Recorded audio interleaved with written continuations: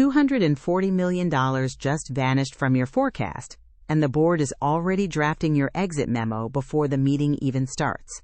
This is you at Chief Commercial Officer, 48 years old, sitting in a glass conference room, 42 floors above a city you barely recognize anymore, watching a slide with your name on it turn red. Someone across the table says it plain. The market doesn't care about your 20 years here. It cares about next quarter. That is level 7. But rewind. Before the corner office, before the 8-figure equity package, before your family stopped waiting up for you, there was level 1. There are 7 levels between where you started and where you are now, and each one promises the last problem was the hardest, then lies to you about it. 99.97% of the people who start where you started will never see the view from level 7. Here is how you got there, and here is exactly what it cost you along the way. Level 1, Pharmaceutical Sales Representative, 24 years old, $52,000 base salary, plus a bonus structure nobody bothers to explain until your first quarter is already over and you realize you missed the target by 6%. Your territory is 4 counties of rural clinics and a strip mall pharmacy that smells permanently like carpet cleaner. You drive your own car, you eat lunch out of a cooler in the trunk, and you spend 6 hours a week sitting in waiting rooms hoping a doctor gives you 90 seconds between patients. A senior representative tells you the truth on your 3rd day without even looking up from his phone. Nobody remembers your name until you're the reason their numbers went up. You believe the job is about the science. It is not. It is about access. You learn to time your visits around a receptionist's coffee break. You learn which doctors respond to data and which ones respond to a round of golf. And you learn that your entire paycheck depends on decisions made by people who will keep you waiting for 40 minutes and never once apologize for it. You tell yourself this is temporary. Everyone at level 1 tells themselves that. Level 2, Specialty Sales Representative, 27 years old, $95,000 base, closer to $140,000 with bonus, because now you sell biologics and oncology treatments, drugs with price tags that make people flinch when you say the number out loud. Your territory upgrades from clinics to hospital systems, and your car upgrades from your own beat-up sedan to a leased one the company owns and can take back in 30 days if your numbers slip. The stakes are higher because the drugs are harder to place, insurance fights every single claim, and a hospital pharmacy director looks you dead in the eye during a formulary meeting and says, "Convince me this is worth $40,000 a patient, or you're wasting both our time." You start missing things. A friend's wedding, because a key opinion leader could only meet you on that exact Saturday. Your sister's birthday dinner, because a hospital system moved your presentation to that night with 2 hours' notice. You tell your partner you'll make it up to them next month. Next month never actually arrives. The money is real, the exhaustion is real, and the quiet resentment building at home is real too. You just don't let yourself look at it directly yet. Level 3, District Manager, 31 years old, $145,000, managing 12 reps across 3 states, plus a bonus tied to numbers you no longer fully control. You stop selling and start translating pressure downward. Corporate sends a memo. Territory realignment. Effective in 30 days. No discussion. You have to tell 4 of your own reps their region is being cut in half, and their commission structure is changing with it.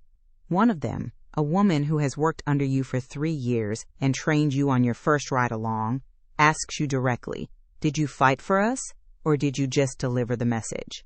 You don't have a clean answer, and she knows it before you even open your mouth. You realize the job title changed, but the powerlessness didn't disappear. It just moved up 1 floor and put a nicer chair under it. You are responsible for outcomes you cannot fully influence and accountable to a regional vice president who treats every missed quota like a personal failure of character. Your body starts sending you signals you keep ignoring, tension headaches every Sunday night before the week's first call. You call it stress. It is actually a warning, and you don't listen to warnings yet. Level 4, Regional Account Director, 36 years old, $220,000 base plus bonus, sometimes touching $300,000 in a strong year. Now your job isn't doctors, it's payers. You spend your days negotiating with insurance formulary committees and hospital group purchasing organizations that decide, in rooms you're rarely even invited into, whether the drug your entire division depends on gets covered at all.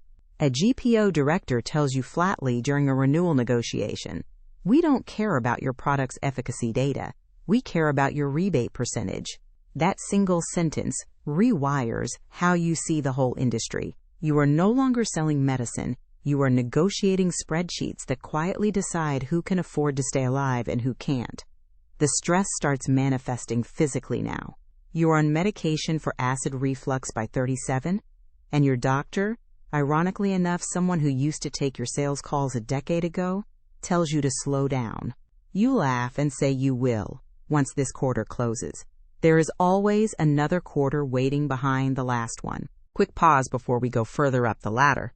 If this story already feels a little too close to home, hit subscribe, because the levels above this one are where the cost stops showing up on your calendar and starts showing up on your face. Level 5, Vice President of Sales, 42 years old, $350,000 in salary and bonus, plus equity that on paper is worth millions, but sits locked behind vesting schedules and performance cliffs you don't fully control.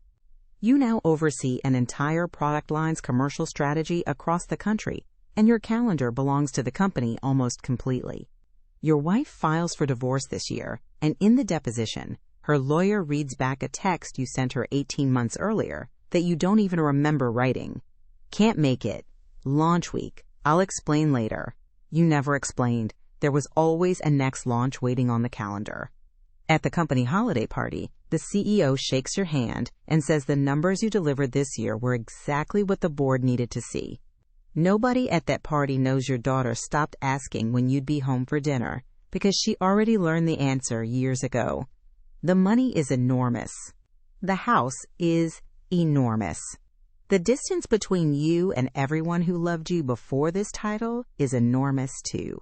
And it happened so gradually, you can't point to the exact week it actually broke. Level 6, Chief Commercial Officer, on the rise, 45 years old.